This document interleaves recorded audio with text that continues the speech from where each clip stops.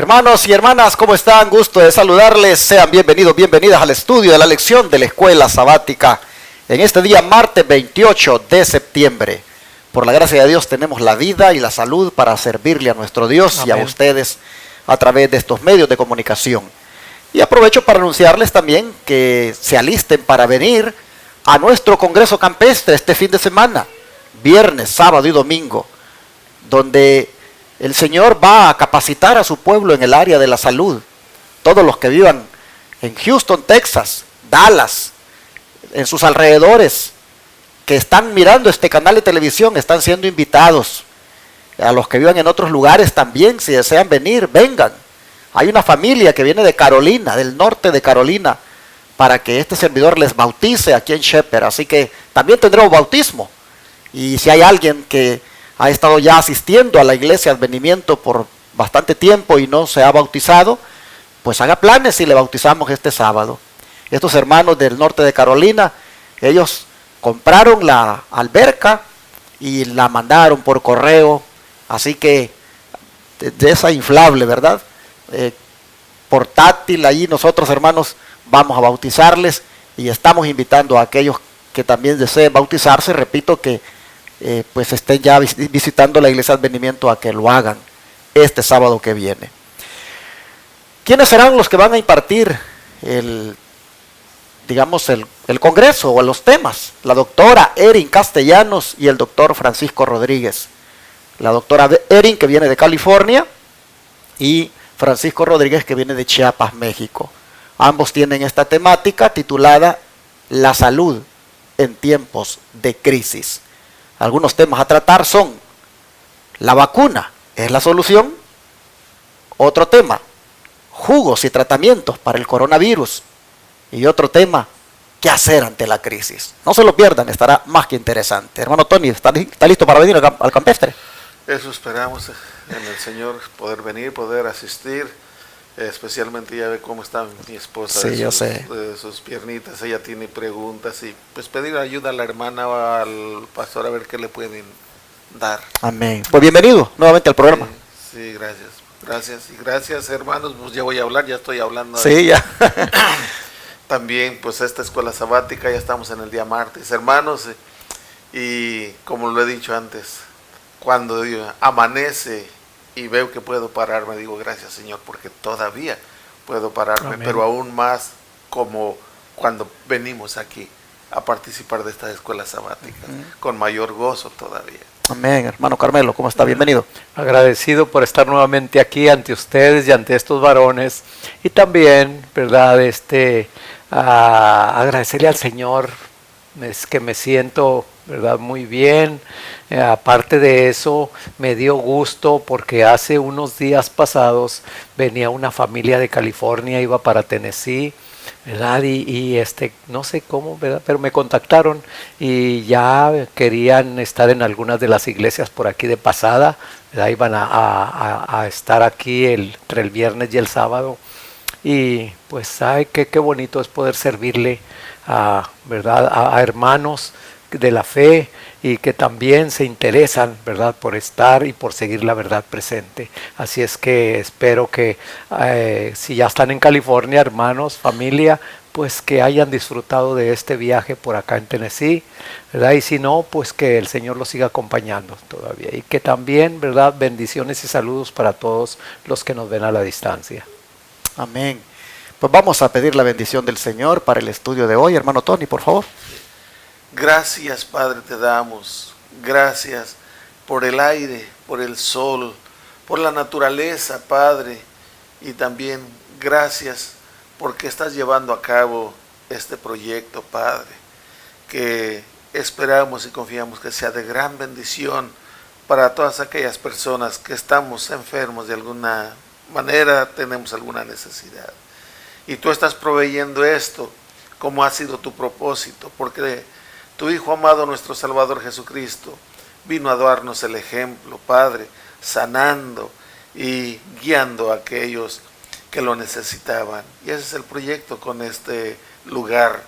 También dar adoctrinamiento en lo espiritual y también en lo físico, en lo de la salud. Así pues, Señor, en tus manos está este proyecto. Si se ha tardado en hacer esos planos, Padre, te pedimos que tú ayudes a estos ingenieros, a estas personas, en sus problemas, que los solucionen, si es que eso fuera la causa de que se están retardando. Ayúdales, porque como seres humanos todos tenemos problemas y puede ser que también ellos los tengan de alguna manera. Por eso también los ponemos en tus manos, Padre, para que tú les des la solución y también les des la sabiduría para llevar a cabo esto. Y también ponemos en tus manos a todos aquellos que están mirando, escuchando estos programas. Amén. Tu bendición los alcance donde quiera que estén. En el nombre de tu Hijo amado, Cristo Jesús. Amén. Amén. Continuamos, hermanos, en esa escena tan impresionante con la cual nos dejó ayer la lección. Es decir, el encuentro que tuvo Pablo con Jesucristo. Bajo el subtítulo Despertado como de un sueño, ¿qué quiso decir, hermano Carmelo, Jesús con su comentario final allí en Hechos 9:5? Bueno, vamos a leerlo nuevamente, Hechos 9:5, que nos dice, Él dijo, ¿quién eres, Señor? Y le dijo, yo soy Jesús a quien tú persigues. Dura cosa te es dar coces contra el aguijón. Ahí, hermanos, pues volvemos otra vez, ¿verdad?, a analizar estos puntos. 2. Primeramente, que Pablo perseguía lo que no conocía. Aquí lo podemos ver y él claramente dijo, ¿quién eres, Señor? Y la otra, pues, ¿verdad? Porque no conocía, era como el celo, era como ese coraje que él tenía contra los discípulos del Señor, ¿verdad? Porque no conocía realmente al Señor. Entonces aquí, hermanos, pues vemos que claramente es una lección para nosotros, aunque repetitiva, pero la necesitamos, hermano. Necesitamos que a pesar de que si ya hemos conocido al Señor, ¿verdad?, estamos obedeciéndole en todo o nomás en ciertas áreas y en las que todavía batallamos, porque el mismo apóstol, él confesaba y él decía que aún estando en el camino a veces lo que él no quería hacer, eso le venía a hacer, y lo que él debía de hacer, pues eso no. Y así posiblemente estemos tú y yo también, hermano. Aunque conocemos al Señor, todavía hay áreas en que como que todavía la carne nos estira, ¿verdad? Pero eso también es dar cosas contra el aguijón, hermanos. Que el Señor nos ayude y que nos pongamos al 100 con Él para que siga trabajando, ¿verdad?, en todas las áreas. Porque no solamente en una o en otra área debemos de serle el 100 al Señor, sino en todas las áreas. ¿Por qué? Porque dice que la santidad es una entrega completa. Es una entrega del yo. Es una entrega, como dice el versículo, el que quiera venir en pos de mí, niéguese a sí mismo, tome su cruz y sígame. Así es que esa es una entrega total, completa, hermano. Es que el Señor nos ayude y que estos versículos, ¿verdad?, pues hagan eco en nuestra mente y podamos, ¿verdad?, hacer esos cambios que el Señor quiere en nuestra vida. Aunque la pregunta esté enfocada para que hagamos un comentario sobre lo que Jesús dijo al final del versículo, pues no deja de impresionar lo que está escrito en todo el versículo. Como por ejemplo el hecho de que Pablo pregunte, ¿quién eres, Señor? Es como decir, ¿quién es el juez que me está aquí juzgando? Es como decir, ¿quién es el que ha hecho esto de tirarme al suelo y dejarme casi ciego? Es como, hermanos, decirle, no te conozco, pero veo que eres Señor. Interesante, porque dice, ¿quién eres, Señor? Al Cristo al cual Pablo perseguía, Pablo lo está llamando ya Señor. Ahora Pablo está reconociendo que Cristo es el Señor. Amén. Y no solamente esto, sino que está reconociendo de que la iglesia es el cuerpo de ese Señor. Porque le están diciendo: yo soy Jesús a quien tú persigues. Lo que tú estás haciendo con los hermanos, lo estás haciendo contra mí. Lo estás haciendo con mi cuerpo.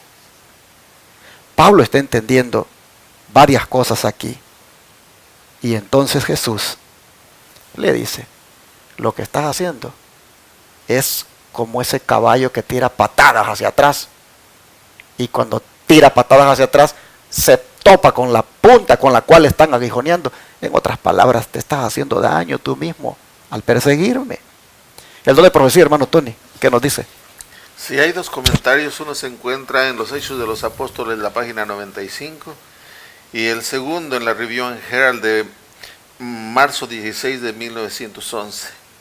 Dice así: el Salvador había hablado a Saulo mediante Esteban, cuyo claro razonamiento no podía ser refutado.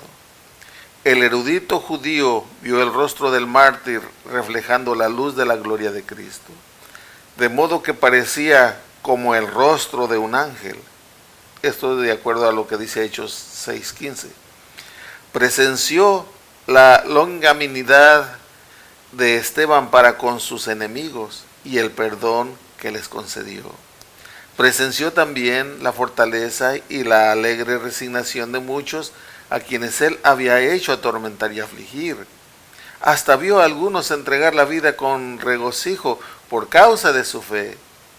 Todas estas cosas impresionaron mucho a Saulo y a veces casi abrumaron a su mente con la convicción de que Jesús era el Mesías prometido. En esas ocasiones luchó noches enteras contra esa convicción. Y Review and Herald dice: todo esfuerzo por tener el progreso del Evangelio, por detener el progreso del Evangelio, resulta en daño y sufrimiento para aquel que se opone. Tarde o temprano, su propio corazón lo condenará. Descubrirá que en efecto ha estado dando cosas contra el aguijón. Sí, Saulo era un erudito, era un conocedor de su religión farisaica y creía que estaba haciendo bien, como ya lo hemos venido mencionando. Pero el martirio de estos siervos de Dios, al contemplar la reacción de ellos, estaba haciendo entender a Pablo que estaba equivocado. Y Pablo no podía menos que reconocer que ellos tenían algo diferente que él no poseía. Mira a Esteban, y cuando está ya muriendo todavía escucha que este siervo de Dios, en vez de estarlos acusando delante del Señor y decirles: Señor, mándales un rayo y que se mueran, todavía les dice: no les tomes en cuenta este pecado. Eso seguramente impresionó a Pablo. ¿Cómo reacciono yo cuando alguien me dice algo? ¿Cómo reaccionas tú, hermano? Pablo, Esteban, ante la muerte, teniendo delante de él a sus asesinos, manifiesta el carácter de Cristo. El Señor Jesús dijo en la cruz del Calvario: Padre, perdónalos porque no saben lo que hacen. Esteban, siendo apedreado ya para entregar, ya para morir, dice: no les tomes en cuenta este pecado. Una semejanza a la de Cristo. ¿Qué carácter todavía tienes? ¿Qué carácter todavía tengo? Tenemos que ser moldeados, hermano, porque para eso es, para lo que nos están sirviendo estas lecciones. Amén. A Pablo lo hicieron reaccionar y dice que era atormentado a veces noches enteras. Era atormentado porque estaba pensando: ¿a quién estoy persiguiendo? ¿Por qué ellos reaccionan de esa manera? ¿Por qué? Hasta que él tuvo ese encuentro con el Señor, allí fue el clímax. Y de allí en adelante fue otra persona. Y también Dios quiere que tú y yo seamos otra persona al tener ese encuentro con Cristo, o como ya se ha venido diciendo aquí, si todavía no hay ese cambio en nosotros, todavía no hemos tenido ese encuentro con Cristo, porque Cristo nos cambia, hermanos. Y que Dios quiera que pueda hacer ese cambio para bendición y no para condenación. Pero hermano Carmelo, ¿cómo reaccionó Saulo al ver que había estado equivocado? Bueno, ahora vamos a seguirlo con el siguiente versículo de Hechos 9, que es el versículo 6. Dice: él temblando y temoroso dijo: Señor, ¿qué quieres que yo haga? Y el Señor le dijo: levántate y entra en la ciudad, y allí se te dirá lo que debes hacer. Aquí, hermanos, ¿verdad? Pablo, al darse cuenta con quién estaba hablando, cuando se le dijo quién era, ¿verdad? Pues estaba temblando. Pablo, aparte de que no veía nada físicamente, estaba temblando. Y dijo: Señor, pues, ¿qué quieres que yo haga? Y el Señor, fíjense nomás, el Señor todavía, hermanos, no se encarga de todo, sino que hay una parte en que tu hermana, en que yo, en que tu hermano tenemos que hacer. El Señor le dice: se te dirá lo que tienes que hacer. Y no me quiero adelantar más adelante, porque ahí es donde vamos a ver qué fue lo que se le tenía que decir o qué debía de hacer. Así es que, hermanos, pues tenemos una parte de ir a hablar con la gente, pero no tanto con palabras, hermanos, que sean más tus hechos los que hablen que tus palabras, porque hoy en día, si nos llamamos cristianos, debemos de poner en alto el nombre de cristianos. Así es que el Señor nos ayude, y que estas lecciones, pues, a mí en lo personal me están ayudando mucho, hermanos. Que Dios nos bendiga. Ojalá que todos, hermanos, nos pongamos dispuestos a hacer lo que el Señor quiere. Pues Pablo eso es lo que pregunta: ¿qué quieres que yo haga? Todos los que nos hemos, por la gracia de Dios, convertido a Cristo, todos los que por la gracia del Señor hemos sido alcanzados con su preciosa gracia, valga la redundancia, con ese mensaje de salvación, hermanos, debemos todos los días decirle al Señor: ¿qué quieres que yo haga? Amén. Ponernos a la disposición. Aquí Pablo, hermanos, ya no está dispuesto a seguir su camino, ahora quiere seguir el camino de Dios. Amén. Aquí Pablo ya está entregando su voluntad. La conversión, hermano, de un cristiano comienza con la entrega de la voluntad. Si nunca entregamos la voluntad, hermanos, solo el nombre vamos a llevar de cristianos. Pablo está entregando su voluntad. ¿Qué quieres que yo haga? Y se lo dice con temblor. Temblando y temeroso dijo: Señor, ¿qué quieres que yo haga? Y el Señor le dice, bueno, vamos a ver la siguiente pregunta mejor, porque antes, vamos a ver el comentario antes del Espíritu de Profecía, hermano Tony, por favor. Sí, vamos a leer ahora en el comentario de la hermana White, en el tomo 6, página 1058, dice: Saulo estaba embargado de amargos remordimientos. Ya no se consideraba justo, sino condenado por la ley en pensamiento, en espíritu y en acciones. Se veía a sí mismo como pecador, completamente perdido, sin el Salvador a quien había estado persiguiendo.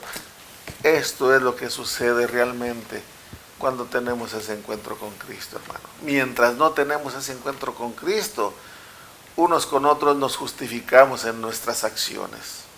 Nos creemos unos mejores que otros. Y en el mismo pecado, a veces hasta lo presumimos. Cuando estábamos, pues, jóvenes, pero ya aún casados, ya andamos en el mundo, todavía yendo a las fiestas, a los bailes, teniendo esposa e hijos, todavía andando, enamorando a otras mujeres, otras muchachas. Y cuando nos hacían caso, o a algunos le hacían caso, y veíamos que aquel ya le habían hecho caso y ya andaba muy abrazadito con aquella, siendo que era del mismo lugar, tenía su esposa, tenía sus hijos, en vez de ver que estaba haciendo mal, hasta le hacíamos así, a ver si se me pega algo de lo tuyo, suertudo, participando de ese pecado. Pero cuando venimos a los pies de Cristo, miramos realmente cómo somos, porque ya estamos mirando la imagen de Cristo. Y aquí es lo que acabamos de leer, que Saulo ahora ya no se consideraba justo, sino un pecador y sin salvación.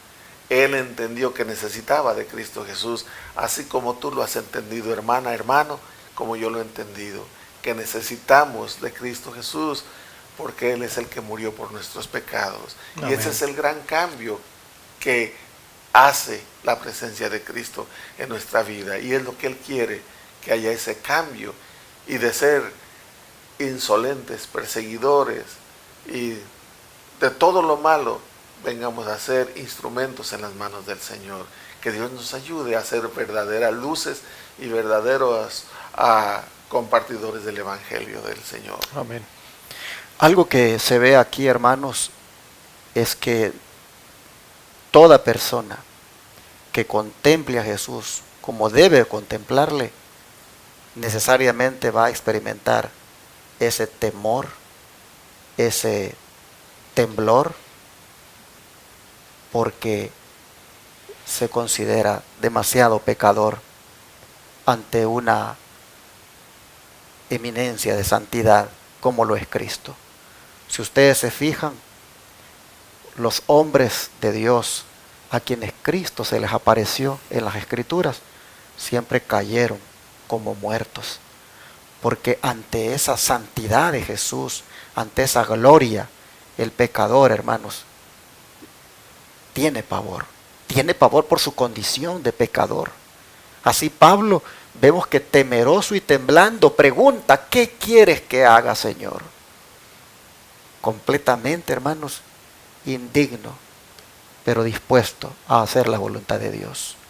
Nosotros también, hermanos y hermanas, cuando miramos a Cristo en su santidad y vemos nuestra vida, cuán pecaminosa es, sin duda también nos sentimos con temor, a lo mejor de orar, ni siquiera tal vez con aquella gana de querer servir porque hay indignidad. Pero hermano, esa misma indignidad, ese mismo temor te debe llevar a someterte completamente a Él y a decirle: ¿qué quieres que haga? Porque no soy digno, pero si tú quieres que haga algo, aquí estoy. Y así, hermanos, vemos cómo Pablo está siendo despertado como de un sueño ante esa presencia de Cristo. Y entonces, ¿qué siguió, hermano Carmelo, en la experiencia de Saulo? Bueno, vamos a seguir aquí, pero con la última parte de Hechos 9:6, que dice, vamos a leerlo todo. Él, temblando y temoroso, dijo: Señor, ¿qué quieres que yo haga? El Señor le dijo: levántate y entra en la ciudad, y allí se te dirá lo que debes hacer. Hermanos, al estar analizando este texto, yo me puse a pensar el cambio tan radical que se ve, tanto, ¿verdad?, en el pensamiento de Pablo como en la misión que llevaba de él, cómo pensaba entrar allí en la ciudad, como toda una autoridad, como toda una fuerza, ¿verdad?, a lo que iba, y más que todo con los papeles que llevaba de los dignatarios de allá de Jerusalén, ¿verdad?, con esas cartas de apresar y de castigar y de enviar para atrás, a este acto de ahorita, cómo él va a entrar a la ciudad. Fíjense. Ahí yo, aparte de que ese encuentro y esa luz le cegó la vista física, pues ya se quedó indefenso él. Ya allí tenía alguien que llevarlo a entrar a la ciudad. Por eso dijo que se te va a decir: levántate y entra en la ciudad, y allí se te dirá lo que debes hacer. Ahí fíjense nomás, hasta indefenso iba para que lo iban a guiar los soldados que llevaba. Así es que, hermanos, cuando uno, ¿verdad?, empieza uno a encontrarse con el Señor, empiezas a caminar, es uno bebito, es uno, ¿verdad?, un niño que todavía tienes que te empiecen a enseñar a caminar en el camino del Señor. Y allí, pues adelantándome un poquito a los versículos que yo creo que ya no los vamos a leer, ¿verdad? Pues allí ya el Señor tenía preparado precisamente el ambiente para cuando Pablo, pero antes de eso pues lo tuvo 3 días en una reflexión, en una, ¿verdad?, en un análisis de su vida, ¿verdad?, y viendo realmente con quién se había encontrado. Hermanos, yo me pongo ahí en ese lugar porque me gusta entrar en las escenas también de lo que estoy leyendo, ¿verdad? De también ponerme yo en los zapatos de Pablo cuando realmente yo empecé a conocer las cosas del Señor.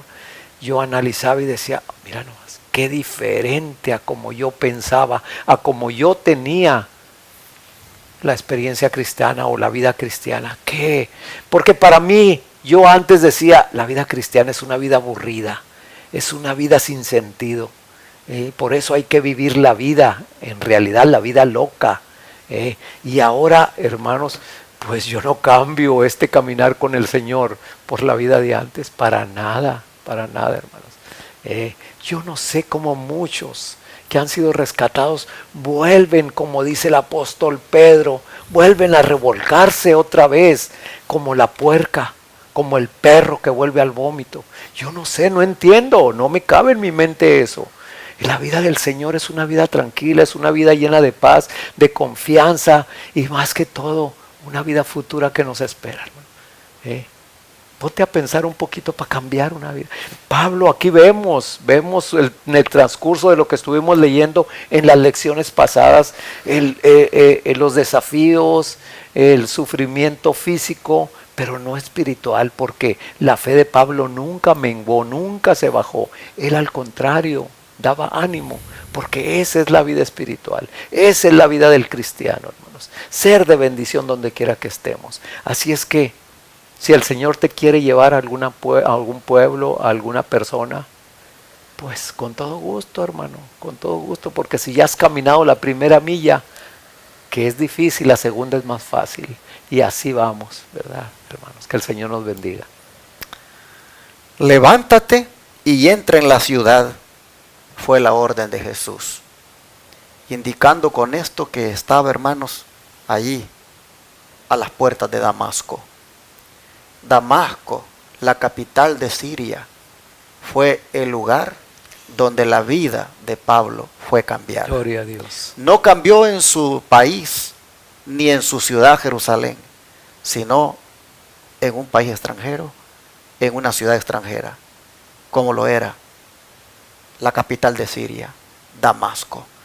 Allí se te va a decir lo que vas a hacer.